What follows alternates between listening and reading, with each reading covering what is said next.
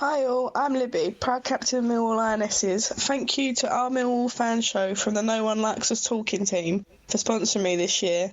Make sure you give them a listen like I do. Or even better, why not sponsor a Lioness while you're at it like they do? Thank you always for your continued support. This podcast is a proud member of the Fan Hub 100. Football without fans is nothing, so we've partnered with Fan Hub to put fans first.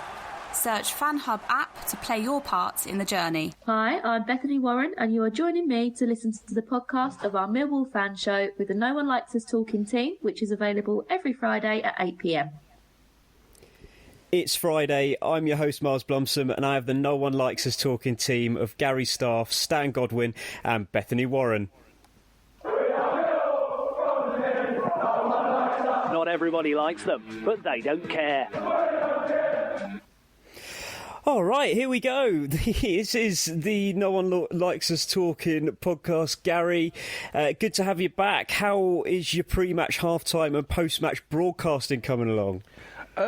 Not too bad. I did a bit of a preview with Eamon last week and sent it out to some of the guys, so extra feedback. I know George gave me some feedback on it, so further feedback on that will be really good. I'll be doing it at the Brentford game this week, and then probably the week after I might start sending it out a bit more regularly so actual people can hear it rather than just ourselves. But it's something I'm really enjoying. Need to fill it out a little bit, chuck a few more things in, but I had a few good ideas today, so yeah, fingers crossed you'll start seeing that out there soon. Stan, always a pleasure to always a pleasure to have the pleasure to talk to you. You've had a busy week on social media. You're featured on the Millwall Community Trust production this week. And my old mate Johnny Burrow, you all came across with very positive views about the trust. Oh, yeah, mate. Well, I mean, as I said before, I've referred to the Millwall Community Trust as the crown jewels in the Millwall crown, and and the more I see of it, the more I'm convinced that that's the correct title. I mean, the work they do is absolutely superb, and and old Sean, as I said earlier, he's a Stardust man. I mean, he just performs magic down there with all these people. So, credit where credit's due. It's a wonderful example, and it gets away from Millwall and the stereotype, and and the work that it does is invaluable. And of course, joined by the wonderful Bethany. They missed you the other week, tied to your managerial responsibilities at the shop. Are things getting any easier for you at the moment? Well, I've been on holiday this week, so they've been a lot easier for me because I've not had to deal with any of it. But generally, things are getting a lot easier now. I think now we're all kind of in the swing of things. We understand how all the now processes of dealing with COVID and track and trace and all that has to work now. So it's easier, but every day is a challenge, but it's not my problem this week. I can just sit back and relax. So happy days. It's always good, isn't it? Oh, yeah. I've actually really enjoyed it. I usually don't before I go away on holiday from work, I hate letting go. I'm like, sorry, I know I have to let you be in charge for a week, but I don't want you to. I just want to do it all myself. And then I go and I'm like, I'm actually really enjoying this, but it'll be good to do that. Second league game of the season saw us take a rare early away victory over newly promoted Rotherham. A single goal courtesy of Super Jed Wallace did the trick. What did you guys make of the performance? It was a good win because it was, Rotherham, I know they're in a different ground now, but in the past, our record against Rotherham away, it's never been that great. We always seem to, we play well, but we always seem to end up losing. So to come away from that game on Saturday with 3 points was excellent, and I think our performance warranted the 3 points anyway. No, it was a real good win. I agree, Stan. It's quite funny. Me and my dad do a bit of a watch along now. So I basically phone him on my iPhone and FaceTime him, and he watches the game while I sit here and we chat through the phone because he's down in Salford, just outside Red Hill, and he was moaning and saying, "Oh, this is not a strong performance." I went, "Dad, but sometimes you have to win dirty. Going to places like Rotherham to win dirty is a good place to get a point, the 3 points up there." And I was absolutely really happy to see that Gary Rowett agreed. He said, "Look, we played awful. We just worked hard and got the result. Our defence was fine, but that's not the way I want us to win games. But sometimes you just have to take the rough with the smooth. And if it wasn't for the guy air kicking and running straight towards Jed, it would have been a 0-0, and we'd be sitting with 2 points instead of 4. But again, a good victory, and getting that voodoo off our shoulders early in the season for once, rather than just after Christmas." Yeah, absolutely. A win's a win at the end of the day. Like, that's something that me and Dad always say. If we win dirty. Cool, so be it. We've still got those 3 points. I definitely think it was an awful game because we've been away. I was kind of listening on the phone through Dad, so I didn't hear too much other than a couple of expletives. But it didn't sound like we were playing our best game. But like you said, win's a win, and it was a good win. So the only way we can go from here is up. Sometimes winning dirty is more satisfying than winning a clean game, isn't it? Yeah. Right, so moving on to Wednesday night, former Lion Sean Dyche brought his Clarets to the Den for the third round of the Carabao Cup. Troy Parrott returned to the starting lineup after injury. Unfortunately, not for long, before a kick on the ankle appeared to impact on his performance. Chances came the Lions' way, but goals at the end of the first half and second half saw Burnley progress to the fourth round. Fair result? Gary, we'll start with you. I just feel if we could have got one out of the half chances, stroke 2/3 chances we had, it would have been a very different game. The ball just didn't land for us. It was one of those nights. I actually thought, as a performance, that was a million times better, even though there was like 6 to 8 changes, I think there were, compared to the team on Saturday. I thought it was a very good performance, considering the players don't play together that often as a group. Outstanding for me was Wallace at the back, who was in for Cooper, who on tonight's Twitter viewings believe he's off to Burnley for 18 million, which we hope not, but in today's climate I think I'd take it. 10 million into the back coffers to help us out, and maybe 8 million to go and buy another centre back, Malumbi, and maybe 1 or 2 others.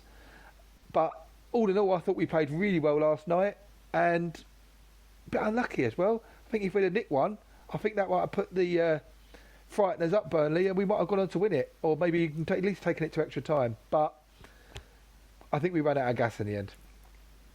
Yeah, I'd definitely agree with that. It is a shame. I do think if we'd have sort of got at least one in, it could have seen us go the way, like into extra time, or to even win it. But unfortunately, it didn't happen for us. But I'm probably, I don't know whether this is a good or a bad thing, but the Carabao Cup, I don't usually think about it that much. Cups like that, I like to focus on the FA Cup and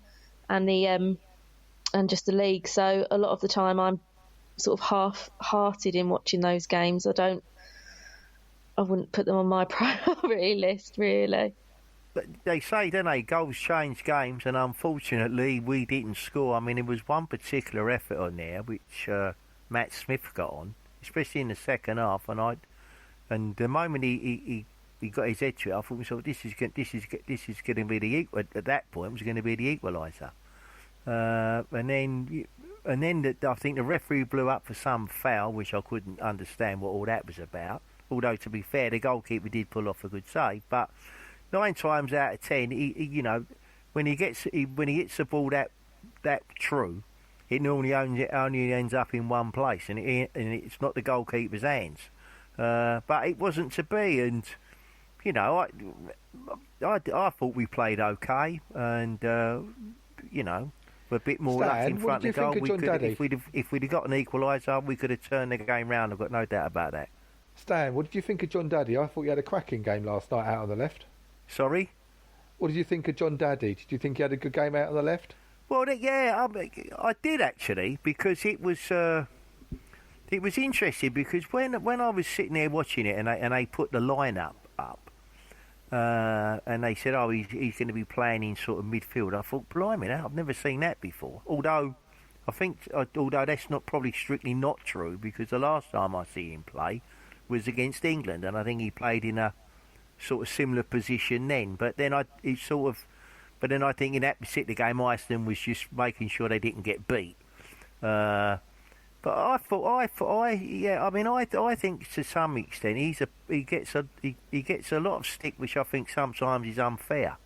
But I thought we had a good game last night, to be honest. I did. I honestly thought we had a good game, and it was a shame about Troy Parrott, I've got to say. Yeah, so that's a massive shame. Just quickly before we move on, Premier League opposition. The aspiration is to go up this season, either automatically through the playoffs. Do you think the team showed that they're capable against Premier League opposition, even in defeat? Can I answer that, Stan? I think 100% yes. And I did hear after the game that Woods was complaining that we were too physical. Well, welcome to the real world. Wait till they play Leeds and teams like they've just come up. You have to be physical to get out of the Championship. So, yeah, I thought we held our own last night. I mean, it was probably, in the long run, if we'd have been a bit stronger, maybe if Jed was on there and Woods was on from the start, may have been a very different story. Tonight we welcome a man who left a great impact on the Millwall faithful as a hard-working striker. 69 appearances for us in all competitions, including those as a substitute. He scored 26 goals. He played alongside a group of strikers that included Steve Claridge, Kevin Braniff, Neil Harris, briefly Sam Parkin, Richard Sadlier and Paul Shaw. A great side was in development, and in his final and second season with us, of course, we won promotion as champions to League Division 1, today known as the Championship. He was born in Portsmouth, broke into professional football with Southampton, but was unable to secure a first-team place. He headed to Oxford United for the first of 2 stints with the U's, where he became a cult figure.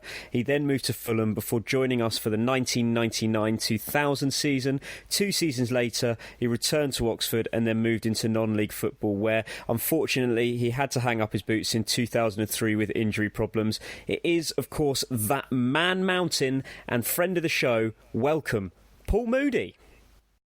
Good evening, folks. Yeah, Man Mountain, you're not wrong there. I'm a Man Mountain now. I've put on a few stones since I've stopped playing, so yeah, good words. I thought you were going to blame lockdown then. It's done it to all of us. Well, seriously, I've put on about 2 stone in lockdown. I had about 9 weeks off and just been drinking and eating and enjoying myself, basically. Yeah, it's fun though, isn't it? It is. It has been good, but I'm paying for it now in many ways. Right, well, Paul, I was listening to a podcast featuring Mark Bircham, a teammate of yours at the Den and now technical director with the Bahamas national team. On the podcast, he came across as a bit of a stand-up comedian. Was Mark like that at the turn of the century when he was with the Lions? Yeah, he was a proper character. Always turned up for games with different outfits on and always up with the latest fashion and whatever. And yeah, you need characters like that around the dressing room. So no, he was good player as well. Hey Paul, it's Bethany here. It's nice talking Hiya, to Beth. you. How did you feel about joining us from Fulham? I was a little bit disappointed that Fulham let me go, to be honest, but I've been out all season with a broken leg and literally come back for about the last 3 or 4 games, and I got a hat-trick in my last game there, so I was hoping I was going to be kept on, but they had a different manager. Paul Bracewell took over, and obviously I wanted his plan, so and then I got a call from Millwall, so would I like to come up there? So yeah, it went on from there. No, it was exciting for me, looking forward to coming there. Paul, when you come to Millwall, you come, didn't you, under Keith Stevens and Alan McCleary? Yep. Who departed in September, and then Ray Hartford come along, and then Mark McGee was appointed. From your point of view, how did Mark McGee's approach to the way we played? How was it different to what Rhino Macca was about? To be fair, I think Macca and Rhino were a little bit inexperienced managerial-wise. Although they did do well, but they were left a good sort of set of young players, and they just needed sort of guiding in the right areas. And I think Mark McGee had a sort of better man management, and he sort of worked with the players. I think when he brought Ray Harford in as well, that was a sort of turning point for us, because obviously Ray was a really experienced coach, and with the set of players what we had there, he knew exactly the type of game we wanted to play, and I think that showed in our performances. Can I just start? I mean, Theo Petitis was the then chairman, and he was obviously. I mean, how high profile was he amongst the playing staff? And who were the leaders in that side, would you reckon? To be fair, Theo didn't really have a lot to do with the team. You never really see him around unless you were up in the boardroom, or after the game you'd see him sort of periodically. But no, I'd say he sort of done the business side of the club, which he obviously done quite well. But no, characters around the club, there were loads of them in their own ways. I mean, Sean Dyche, he was a big character. Tony Warner, Mark Bertram, like we were talking about earlier. And there were a lot of young, Neil Harris, a lot of young, confident, chirpy cockneys. Mm-hmm. So no, it was a good bunch. It was a good blend of youth experience and different types of characters, and I think that's what you need for a good team. You know, it's not all about just having loads of good players chucked together. It's personalities of people and players and whatever, and having the right manager to sort of mould that into a team. Indeed. Hi Paul, it's Gary. How you doing, mate? Hi Gary, very well, thank you. Good. Paul, I was a massive fan of yours, and I always thought your time at Millwall was too short. Two-parted question. That second season, what just clicked, and why did you not want to come with us when we went up? Yep, good questions. I think we gained a lot of experience from that first year when I joined, and a lot of the younger players obviously had that experience. We got to the playoff semi-finals, and we come so close. I think that next year we were only going to get better and stronger, which we did. And the main sort of reason why I left, I was going for a bit of I was going for a divorce at the time, so I suffered with depression, so I wasn't sort of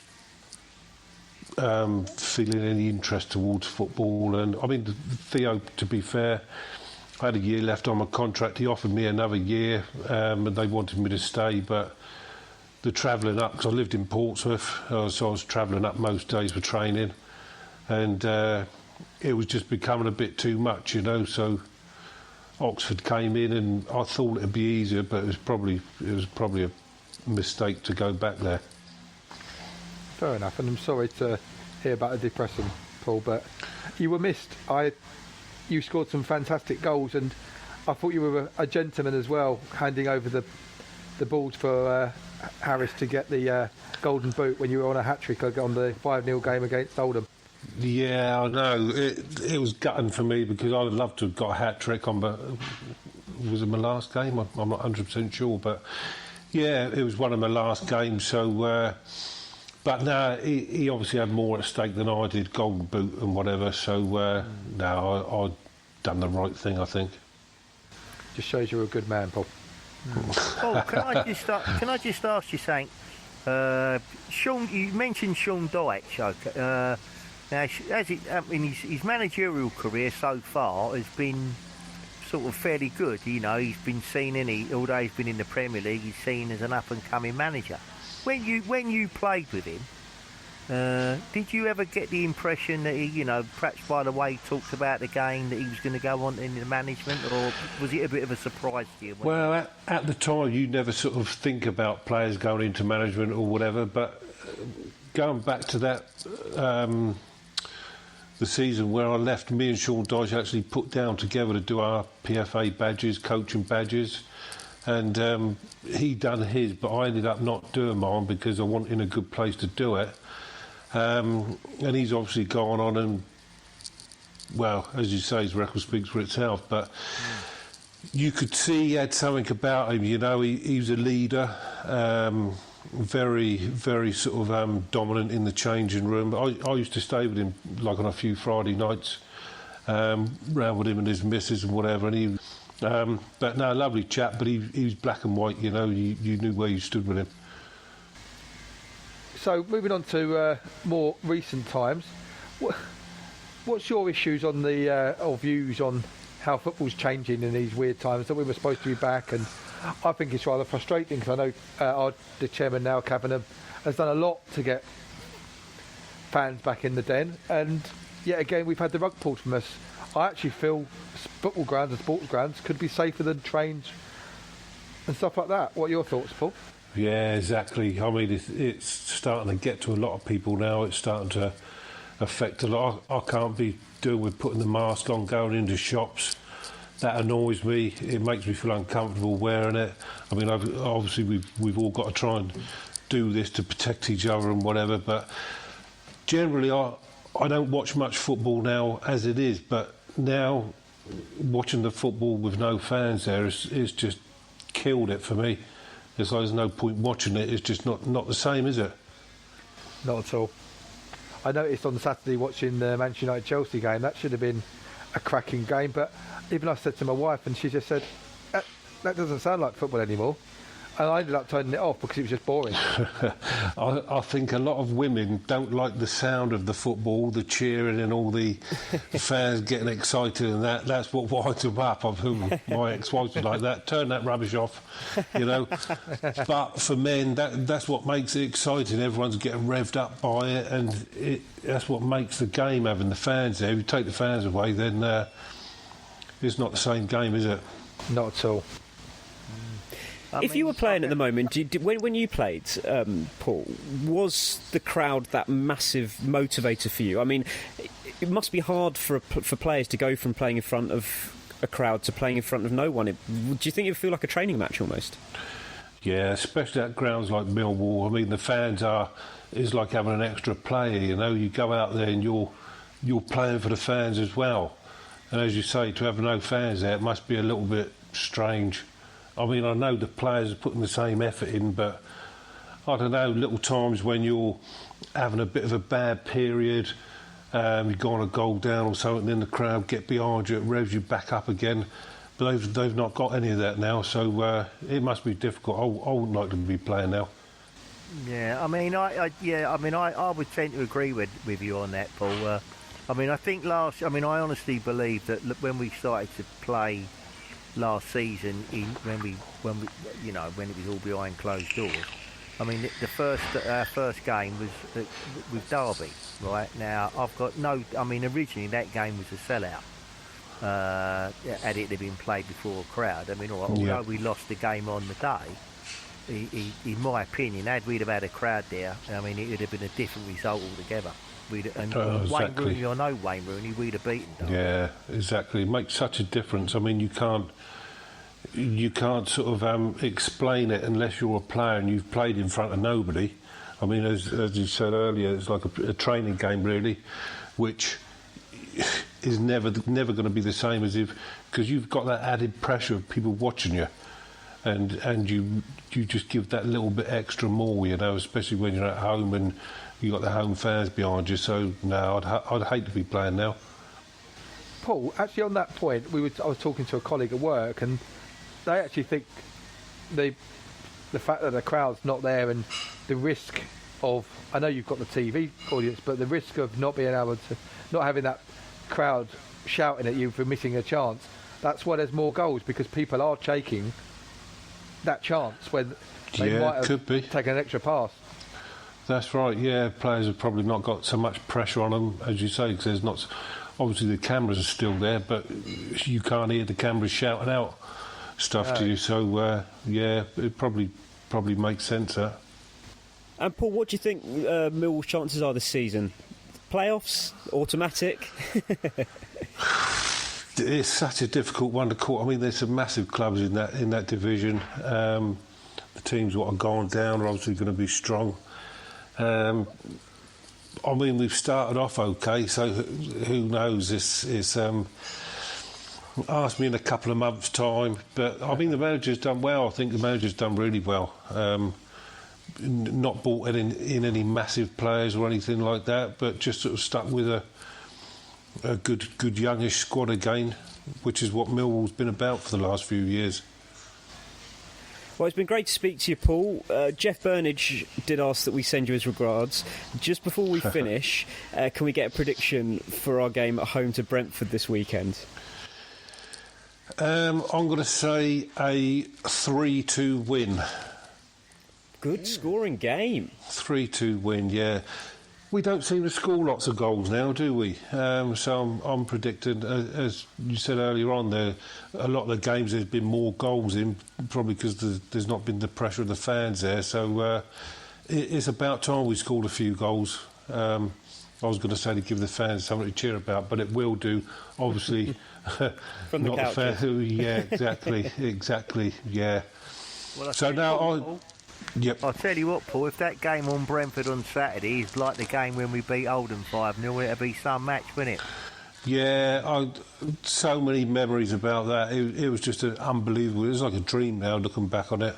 When you come out of football, you start sort of thinking, was that really me, you know? And that was one of them days, probably one of the best days of my life, really. Paul, I've got a random question for you about that day. Where did that random blue kit come from at the end of the game when we were getting them trophies? Yeah, I don't know. I think they'd had them printed out before, because I think it had winners on the front. I haven't got a clue where they come from. Season? Yes, I think blue is a traditional colour, so I think they had these made up for after the game.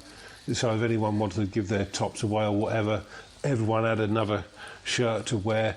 I can't really answer that one. Fair enough. But I think I've still got mine somewhere. I've still got it somewhere up in my loft, I think, yeah. Nice. Oh, that's amazing. Hey, thanks, Paul. We'll leave it there, but until next time, all the best, mate. Thank you very much. Thanks for having me on. Been a pleasure as always. Cheers. Bye-bye now. Cheers, Paul. Cheers. Bye. We'll take a quick break there and listen to Kai Bennett talking about his Millwall Fan TV.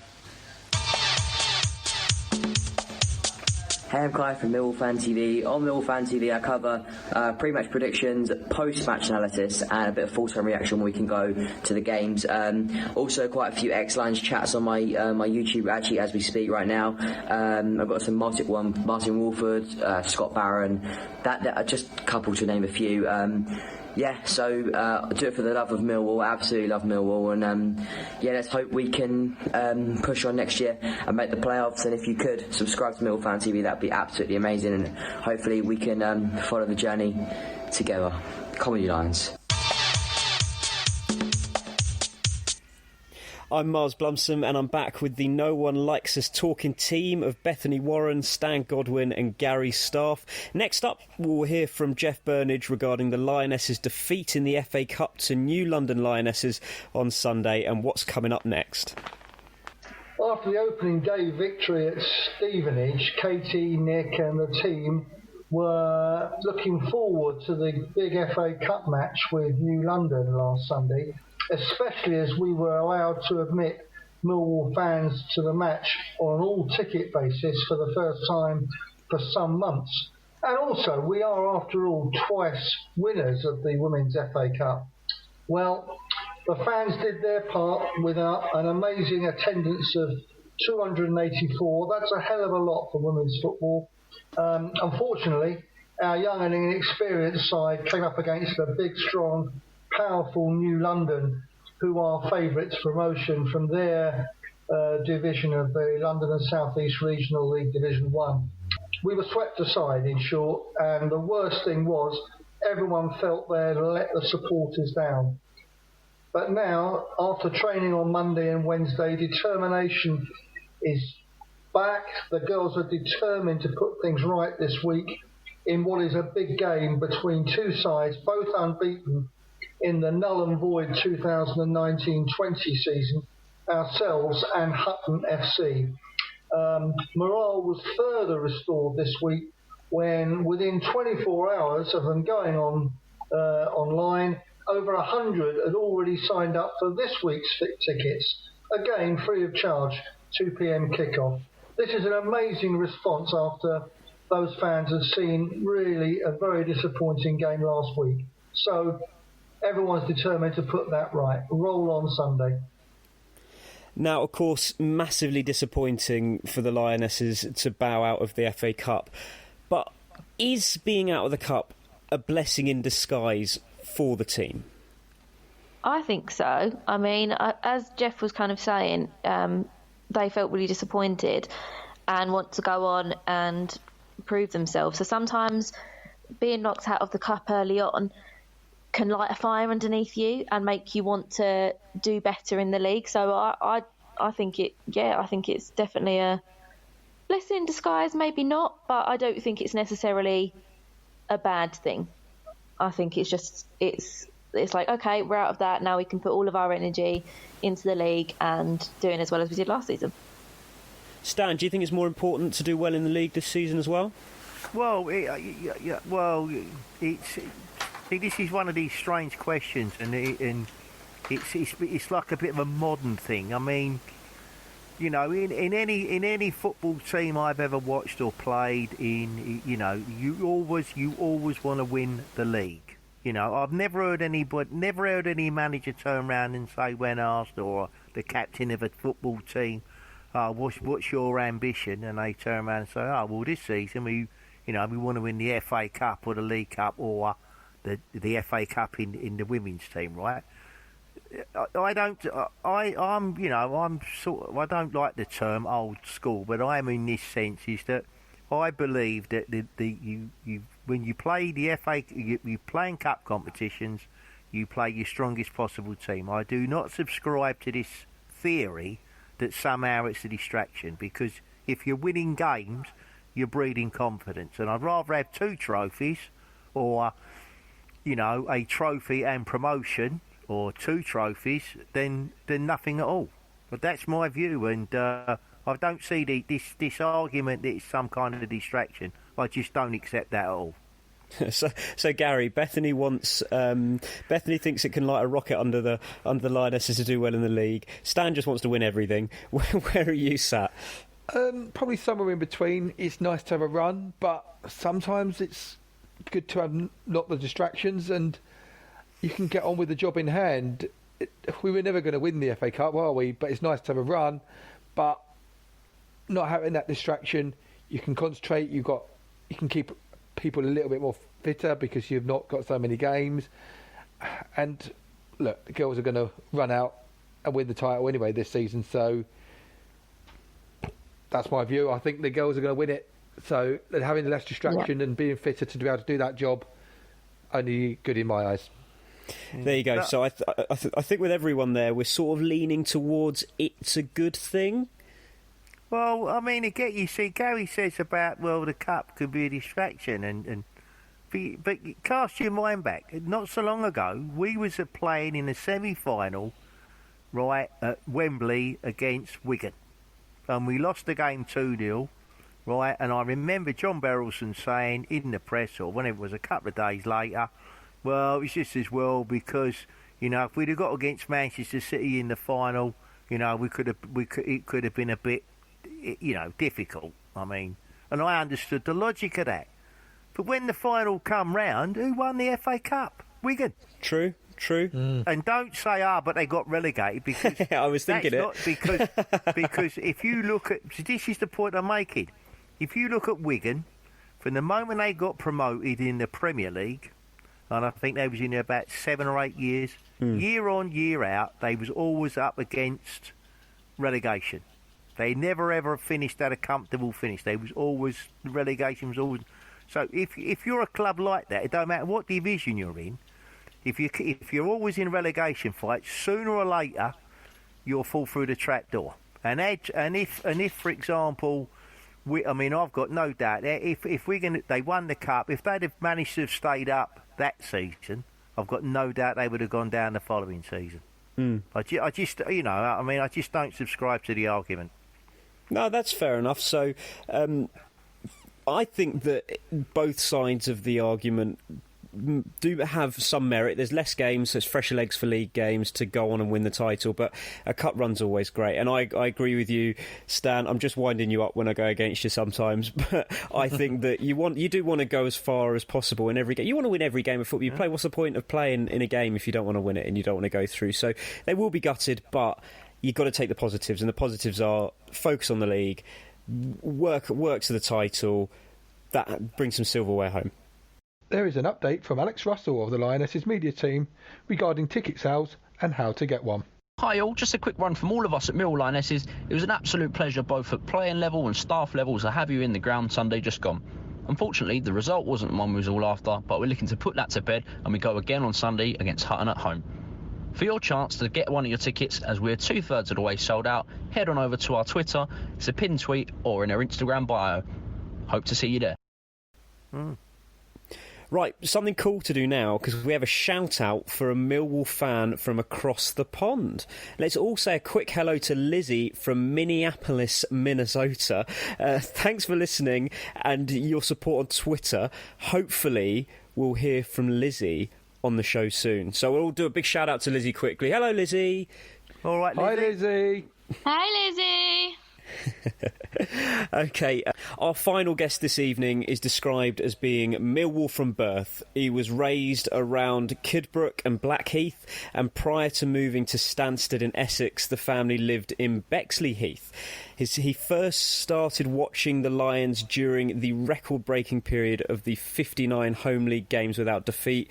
He continued to make trips to the Den until lockdown ended his and his matchday buddies' fun. He is an aficionado of Manses and shares the joy of posting pictures of pie and mash and liquor, just like our Stan does. This also appears to be a matchday tradition. From his seat in the Barry Kitchener Lower, he can be found with his matchday buddy, his daughter. We welcome Steve, this week's fan in the dugouts. Hello there. Good evening from virtual Block 30. Steve, do you remember what was the very first game you saw Millwall play? I can't remember the team, but I know it was pre-65. I spent the whole game on my dad's shoulders. I think it was just by the Coldblow Lenin floodlight. I know we won, and it was, as you said, it was years before I saw us lose. I just remember the roar, and it was just great. I think the first game I actually remember was a game against Hull around about 65 or 66. And my dad told me it was the Lions versus the Tigers, and we won about 2 or 3-0. But yeah, that was great times. Steve, you mentioned the unbeaten home run. Yeah. Right, which I remember very, very well, and you know, I was fortunate to be going to Millwall, and I was there going all through that run. Was there one game in particular that stood out in your mind, or stands out in your mind rather? Probably that whole game, I'd have thought, because, as I say, it was probably my very first memory of a team down there, and just the noise and the crowd, and by that time, my old man had enough of me and was sticking me up on the floodlight. But yeah, it was probably the whole game. I remember being at that game when I remember Charlton Athletic. Because this was when we got promoted to the second division, and it was the year England had won the World Cup, and they were coming down to the Valley and coming down to the Den rather, and they were going to put this unbeaten home run to its end. We ended up drawing 0-0, but I remember Keith Peacock. I mean, he describes it in his book. He went over to take a corner, and there was a woman standing behind him, which he didn't see, who took the view that he was taking too long and proceeded to slap him round with her handbag. And I mean, it was, but they were halcyon days down there then. Happy days, really. Yeah, happy days. when I hear people talk about the old den and the atmosphere and all that sort of thing, right? You know, and I went throughout the 60s. That was the zenith for me. We got near it once in 1972, but after that, it was never the same. After that, it was a special time. Yeah, it was. And brilliant. But I was really young, and so to see that, and I could never understand why we weren't in the first division at the time because they never lost.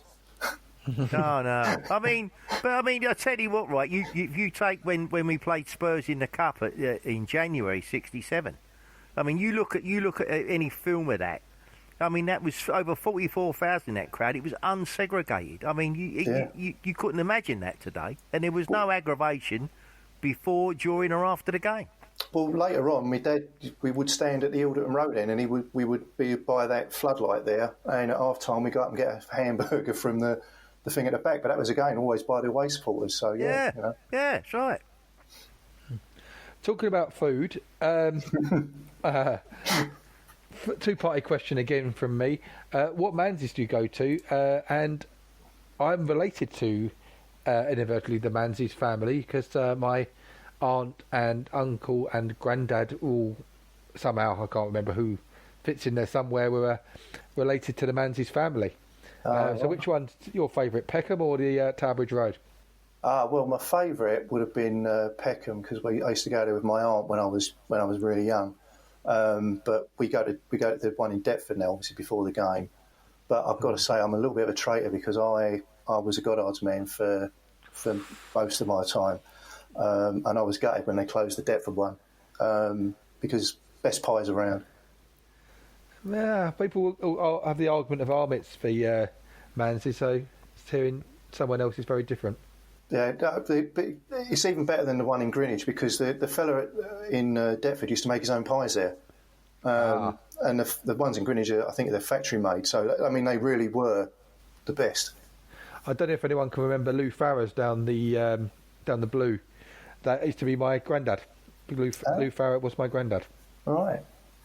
Yeah. I remember Joyce's in Tower Bridge Road. And but the one I go to, Steve, is I went into the Peckham one when it was I went down there when we was first in the lockdown. But Tower Bridge Road is my favourite. I mean, that to me is the best Manzeys. And Stan, my wife keeps knocking on the door saying, "When are you going to take me?" We have the only obscenity that I see at a pie mash shop now is when somebody goes in, they want gravy on it. I mean, that is never absolutely obscene. That's my wife. Oh my God! Line them up against the wall and shoot them. That's my. I'll have to play this to her. Retrain. Just get them on the liquor and you've got to have the sarsaparilla as well, warm or cold. Either way's just as good. I think this is my favourite chat from doing one of these podcasts. I love a food chat. Steve, just getting back to the footy quickly. How do you think the team's going to do this season? This season, I reckon the heart says they're going to win it. The head says I think we're good enough to be in the playoffs and possibly, there is a chance we could still make auto promotion in the second spot. I think you've got to aim high. I don't think there's any point in not aiming high. And I think, we'll have to be lucky. I think we've got to sort out the final third. I think we've got to start scoring some more goals. But I think the defence is there. And I think we can do it. And if you've got a solid defence, there's no reason why you can't go all the way. It's just about scoring goals. Yeah, I've got a question. Sorry. Go on, Bethany. Sorry. Yeah, I've got a question for you, Dad. Do you remember the first game you took me to?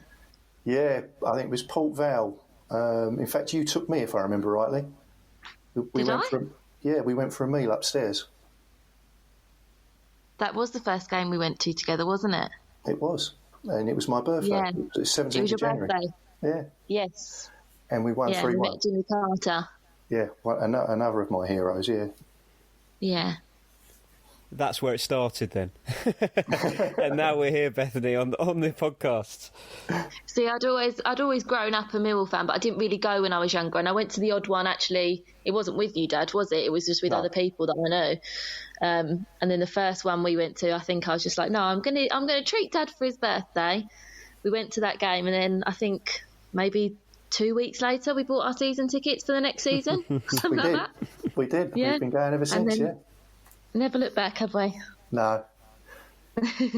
Oh, that's brilliant. I love that story. That's absolutely fantastic.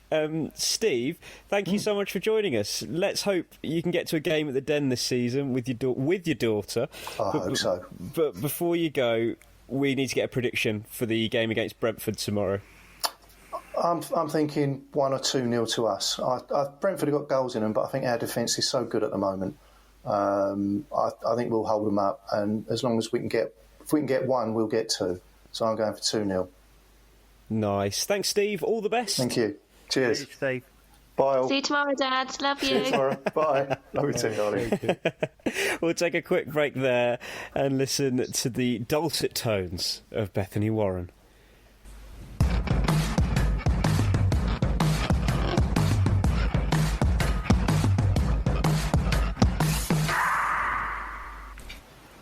Bethany Warren here again. Thanks for listening to our show. Don't forget, Love Sport Radio is now mothballed pending change in current conditions. You can still listen, though, to music both online and on DAB. Podcasts are available on demand. Hopefully, we'll be back on the air with them when normality returns to the marketplace.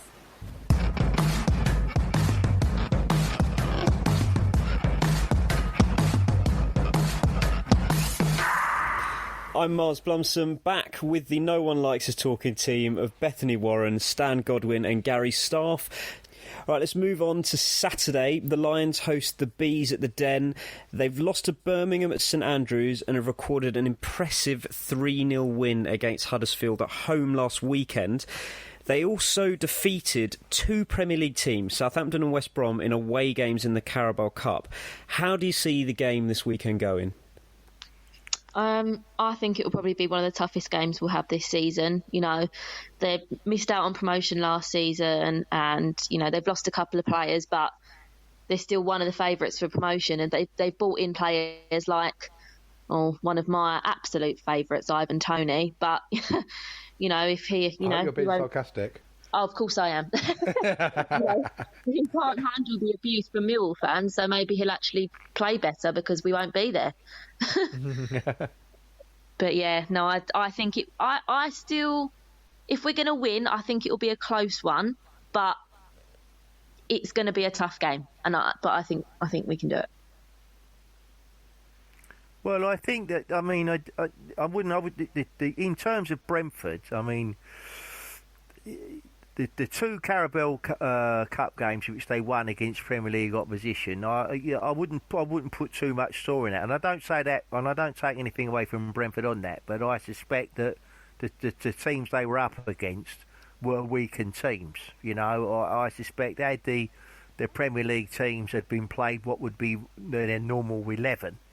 You know, then I suspect that might have been a different outcome altogether. But I mean, just Southampton only made one change from the opening league game, so they did. I didn't even know they played. But you know, but then in fairness, you know, you can only play what's put in front of you. I mean, you know, and that's the end of that. But it's going to be. I mean, it's going to be good because we're going to have to watch Brentford this time on iFollow for free, and just sort of following on from that slightly, it's. An interesting point, and I mean, and I have to give a lot of credit to John Berylson here in terms of what's being proposed next season. Well, depending on the lockdown so far, I mean, it looks like we're going to go on until March anyway at the moment. Although I accept that could all change, and because this offer that's been made for the supporters. Where you know the season ticket for next season is offset by the cost of these ones that we don't see. I mean, all credit and you know and to the club, and you know I've got absolutely no doubt that and I've said this before that John Berylson, in my opinion, has been the best chairman this club's had in certainly in my time, and what they were like before then, I mean, I don't know. But no, the Brentford game getting back to the game, that will be a good game. It will be a hard game, but again, Brentford, we're at home. Unfortunately, we ain't got the crowd, but but they're beatable, and I'm confident we can do the job. But we've got to be at it for 90 minutes. You can't just suddenly do it and slacken off. You start, but you carry on by the way you start off, and we've got to be closing them down and not giving them space and everything else. But I think we can win the game. Stan, I completely agree with you there. I think we can win the game. And going on Bethany's point about Ivan Toney, he's no Ben Rama or Watkins. I'll tell you that now. Those two have got something about them, and Ivan Toney, I think they say they pick out stars from every couple of seasons, but I think they might have made a mistake with Ivan Toney. I probably won't eat my words on that now, but hey. But as a team, I think Brentford are the leads of the last couple of seasons. They are going to be the team that everyone wants to beat after the last season. I don't think there's anyone else, like Stan says, there's no one really else that's going to be that stand out this season. Because look at the start Derby have made. There's a few teams that haven't really hit the ground at all yet. But I think we will win. We will win 2-0. But I'll go on and put on a proper prediction, or at least by 2 clear goals on Saturday. Now, Stan, as you just said before, big call. Berylson being the best chairman in your time. We're not going to mention exactly how long that time is. It goes back just the 25 years. Not that long. Considerably longer than that. But anyway, yeah. We'll move on to score predictions. Gary's just said 2 clear goals, 2-0. You think? Bethany, what's your score prediction? I'm going to go 2-1 to us. Stan? Yeah, in actual fact, I'd go along with what Bethany said. 2-1, yeah. I've got no problem with that score. Now, Gary, Bethany and Stan have both said 2-1. Are you going to change your mind, or are you still 2 clear goals? I'll go... Actually, let me just make it 3-1. Still 2 clear goals, but 3-1. More goals. Like I said earlier, I think there's more goals being scored, and the pressure's off a little bit. But saying that, if I just want to make a point, I do feel we do need someone up front, because I think that's glaringly obvious where our biggest issue is at the moment. It's time to pick a winner from last week's Fan in the Dugout's latest book. Author, soul singer and fan Barry Stradling kindly put up a signed copy of his latest offering, Wall equals Passion, Not Patience. A great read written in Barry's inimitable manner. We await the winner to be drawn. Drum roll, please.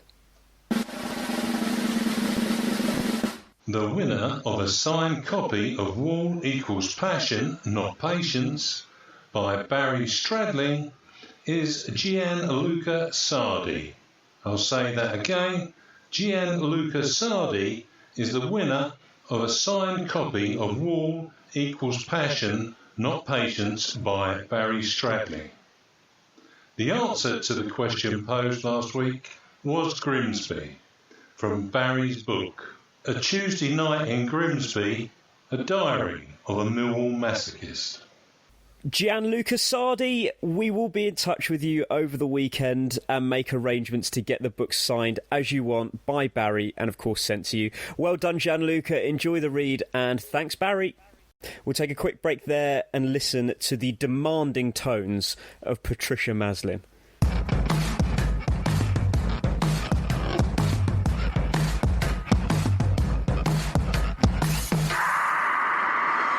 Hi, Patricia Maslin here.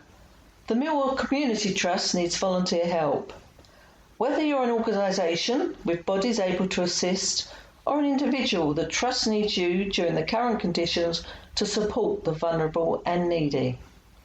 If you can help make a difference or need help, please contact Sean Daly, the Trust's Chief Executive Officer, by phone on 07958 027060. Once again, that's 07958 027060. or contact by email sdaly, I'll spell that, SDALY, at millwallcommunity, all one word, .org.uk. I'll repeat that, sdaly, SDALY, at millwallcommunity, all one word, .org.uk. If you can, or you know someone or any organisation who might be able to help, please let the Community Trust know. Thank you.